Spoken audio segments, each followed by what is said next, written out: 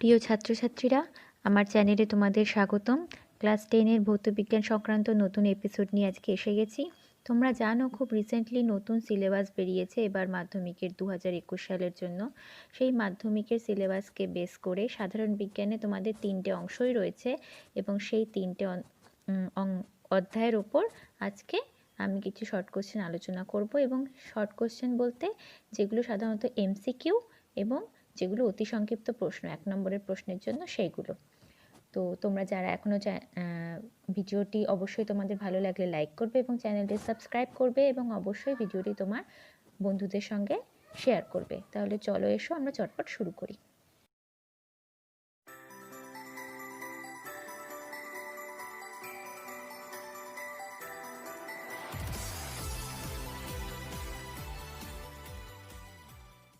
আমাদের আজকের আলোচনার প্রথম অধ্যায় হচ্ছে পরিবেশের জন্য ভাবনা। শর্ট কোশ্চেনগুলো দেখো, আমি যেভাবে উত্তরগুলো বলে দিচ্ছি সেটা এমসিকিউ হোক বা এক কথায় উত্তর হোক, সব ক্ষেত্রেই প্রযোজ্য। প্রথম প্রশ্ন, বায়ুমণ্ডলের যে স্তরটির ঘনত্ব সবচেয়ে বেশি সেটা হচ্ছে ট্রপোস্ফিয়ার। ট্রপোস্ফিয়ারের প্রতি কিমি উচ্চতা বৃদ্ধিতে উষ্ণতা 6.4 ডিগ্রি সেন্টিগ্রেড হারে কমে যায়।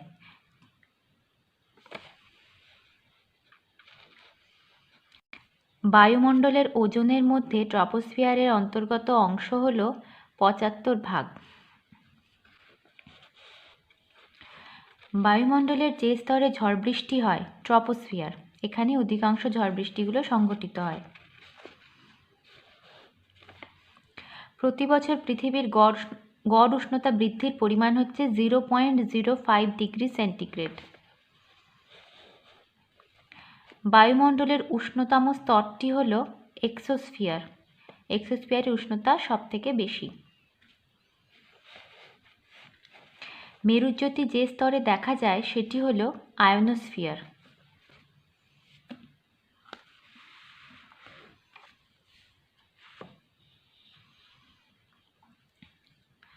জেট বিমান চলাচল করে স্ট্র্যাটোস্ফিয়ার অংশে।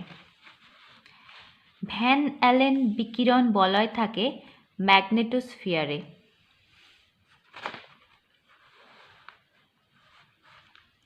সূর্য থেকে পৃথিবীতে তাপ আসে বিকিরণ পদ্ধতির মাধ্যমে। বৈপরীত্য উত্তাপ লক্ষ্য করা যায় ট্রপোস্ফিয়ারে। উচ্চতা বৃদ্ধির সাথে সাথে বায়ুর চাপ ক্রমশই হ্রাস পায়। ওজোন গহ্বর শব্দটি প্রথম ব্যবহার করেন ফোরম্যান। ওজোন স্তরের ক্ষয় সবথেকে বেশি হয় আন্টার্কটিকাতে।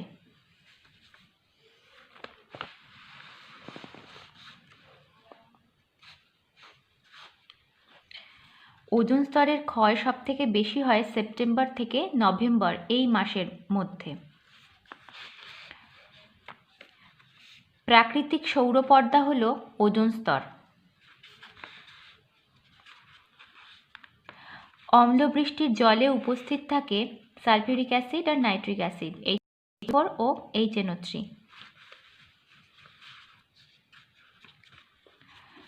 সর্বাধিক গ্রিন হাউস প্রভাব সৃষ্টিকারী গ্যাস হলো কার্বন ডাইঅক্সাইড।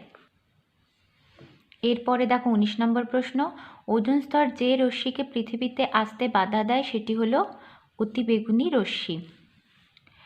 বিশ্ব উষ্ণায়নের সবথেকে ক্ষতিকর প্রভাব হলো সমুদ্রপৃষ্ঠের গড় উষ্ণতা বৃদ্ধি পাওয়া।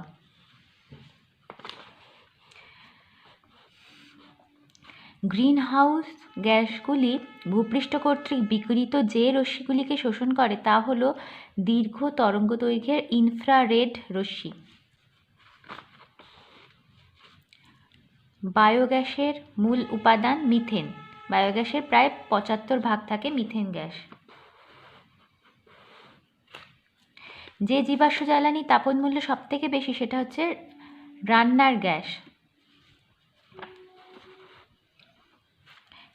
যেটাকে আমরা এলপিজি বলি। এলপিজির মুখ্য উপাদান হচ্ছে বিউটেন।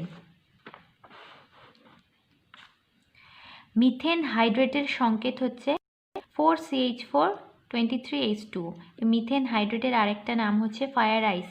ফায়ার আইস কি, অনেক সময় এই প্রশ্নটাও আসে, তখনও কিন্তু মিথেন হাইড্রেটই হবে।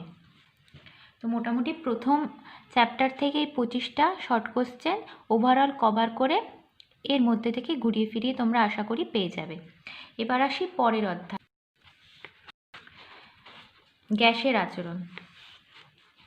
চাপের এসআই একক পাস্কাল। বয়েলের সূত্রের গাণিতিক রূপ P1V1 = P2V2। সাধারণ গ্যাস সমীকরণ PV = nRT।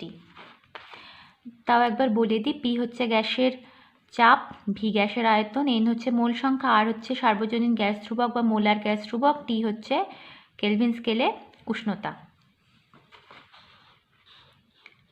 একই উষ্ণতার মান সেলসিয়াস স্কেলে যদি স্মল টি ডিগ্রি সেলসিয়াস এবং কেলভিন স্কেলে যদি ক্যাপিটাল টি কেলভিন হয়, তাহলে এই দুটো টি এর মধ্যে রিলেশন হচ্ছে capital T = 273 plus small tea, মানে সেন্টিগ্রেড স্কেলের উষ্ণতার সঙ্গে 273 যোগ করলে আমরা যে মানটা পাবো সেটা হবে কেলভিন স্কেলের উষ্ণতা।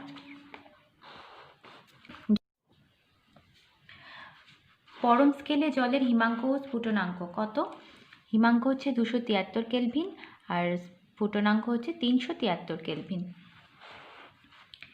1 পাস্কাল সমান 1 নিউটন পার মিটার স্কয়ার। চার্লসের সূত্রে 1/273 বা 1 এর 273 ভগ্নাংশটিকে কি বলা হয়? বলা হয় আয়তন গুণাঙ্ক।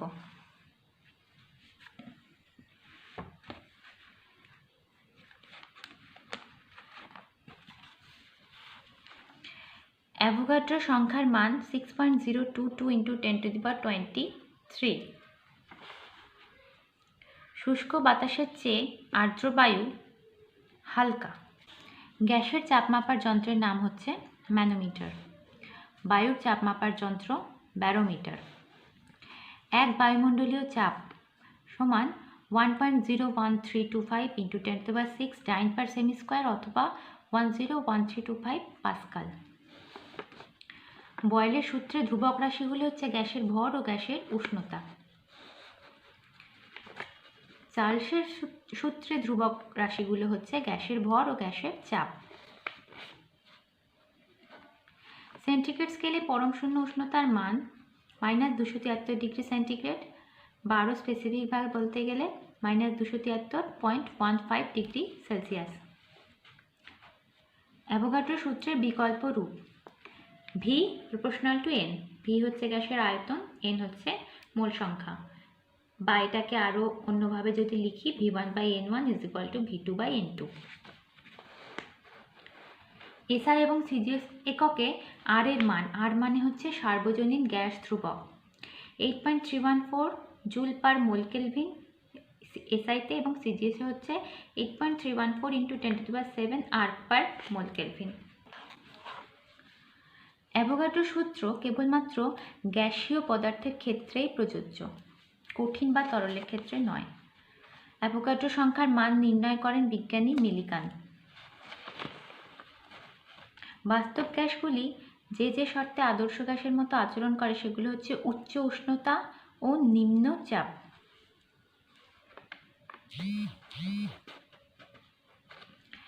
গ্যাসের উষ্ণতা গ্যাসীয় অণুগুলির গড় গতিশক্তির সমানুপাতিক হয়, অর্থাৎ গ্যাসের অণুগুলির গতিশক্তি যত বাড়বে গ্যাসের উষ্ণতা ততই বাড়বে।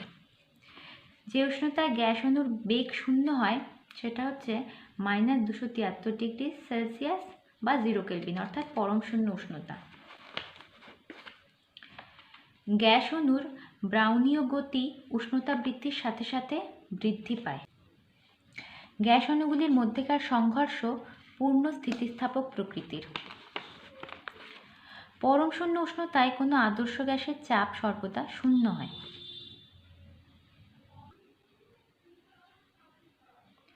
এরপরে কিছু শর্ট কোশ্চেন রয়েছে। রাসায়নিক গণনা। সাধারণভাবে রাসায়নিক গণনা থেকে খুব কমই 1 নম্বরের প্রশ্ন আসে, অধিকাংশই অঙ্ক আসে, তবুও যে কটা বলা যায় আমি বলেছি। দেখো, আপেক্ষিকতাবাদ যে তত্ত্ব তার আবিষ্কারক হলেন বিজ্ঞানী আইনস্টাইন। সূত্রটা হচ্ছে E = mc²। প্রসঙ্গত তোমাদের বলে দিই, E হচ্ছে এনার্জি, এম হচ্ছে ভর, সি হচ্ছে শূন্যস্থানে আলোর বেগ, ই ইজিক্যাল টু এমসি স্কোয়ার। ভৌত ও রাসায়নিক পরিবর্তনের আগে এবং পরে বিক্রিয়ক এবং বিক্রিয়াজাত পদার্থের মোট ভর অপরিবর্তিত থাকে। এটা হচ্ছে ভরের সংরক্ষণ সূত্র।